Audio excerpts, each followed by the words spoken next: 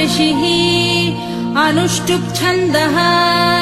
श्रीमहाविष्णुः परमात्मा श्रीमन्नारायणो देवता अमृतांशुद्भवो भानुरिति बीजम् देवकीनन्दनस्रष्टेति शक्तिः उद्भवः क्षोभणो देव इति परमो मन्त्रः शङ्खभृन्नन्दकी चक्रीति कीलकम् शार्ङ्गधन्वा गदाधर इत्यस्त्रम्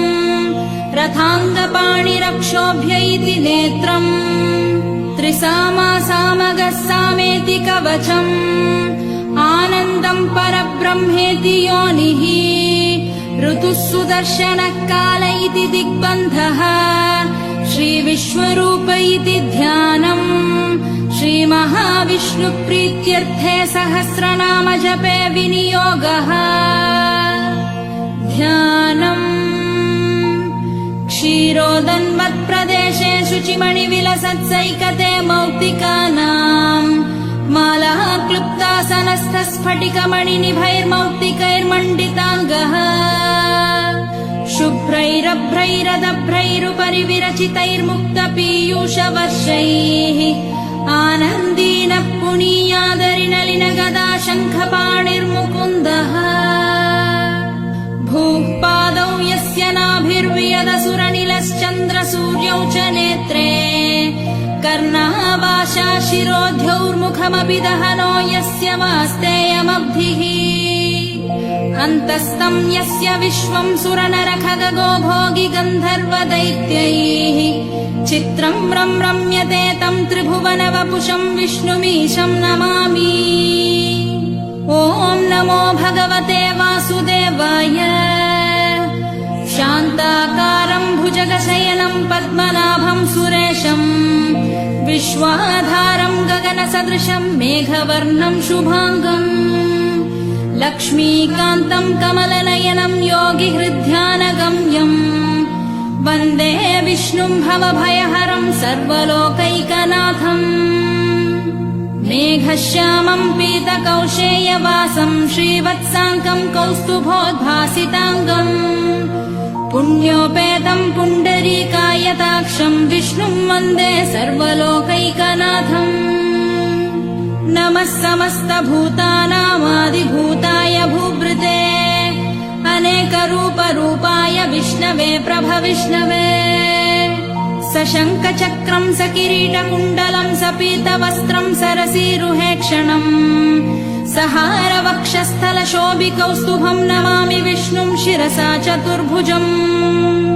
छायायाम् पारिजातस्य हेमसिंहासनोपरि आसीनमम्बुदश्चाममायताक्षमलङ्कृतम् चन्द्राननम् चतुर्बाहुम् श्रीवत्साङ्कितवक्षसम् रुक्मिणी सत्यभामाभ्याम् सहितम् कृष्णमाश्रये।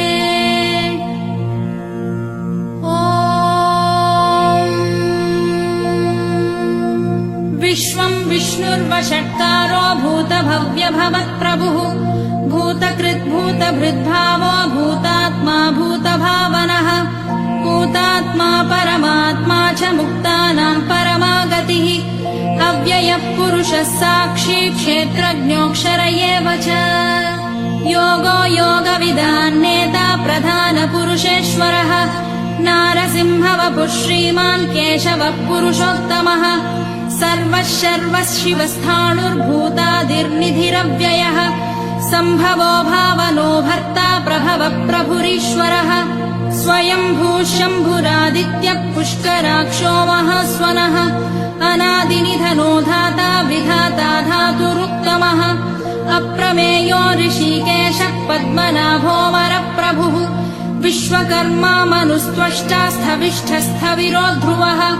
अग्राह्यश्शाश्वतः कृष्णो लोहिताक्षप्रतर्दनः प्रभूतस्त्रिककुब्धाम पवित्रम् मङ्गलम् परम् ईशानः प्राणदः प्राणो ज्येष्ठः श्रेष्ठः प्रजापतिः हिरण्यगर्भो भूगर्भो माधवो मधुसूदनः ईश्वरो विक्रमी धन्वी मेधावी विक्रमक्रमः अनुत्तमो दुराधर्ष कृतज्ञः कृतिरात्मवान् सुरेशः शरणं शर्म विश्वरेता प्रजाभवः अहः संवत्सरो व्याळप्रत्ययः सर्वदर्शनः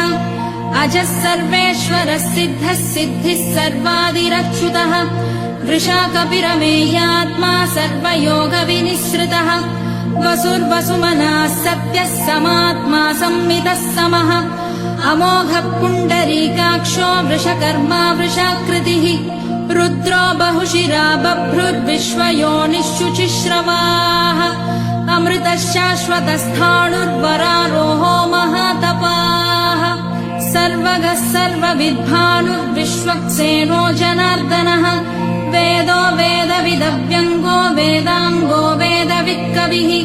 लोकाध्यक्षः सुराध्यक्षो धर्माध्यक्षकृतः चतुरात्मा चतुर्व्यूहश्चतुर्दंष्ट्रश्चतुर्भुजः भ्राजिष्णुर्भोजनम् भोक्ता सहिष्णुर्जगदादिजः अनघो विजयो जेता विश्वयोनिर्पुनर्वसुः उपेन्द्रो वामनप्रांशुरमोघः शुचिरूर्जितः अतीन्द्रः सङ्ग्रहः सर्गो धृतात्मा नियमः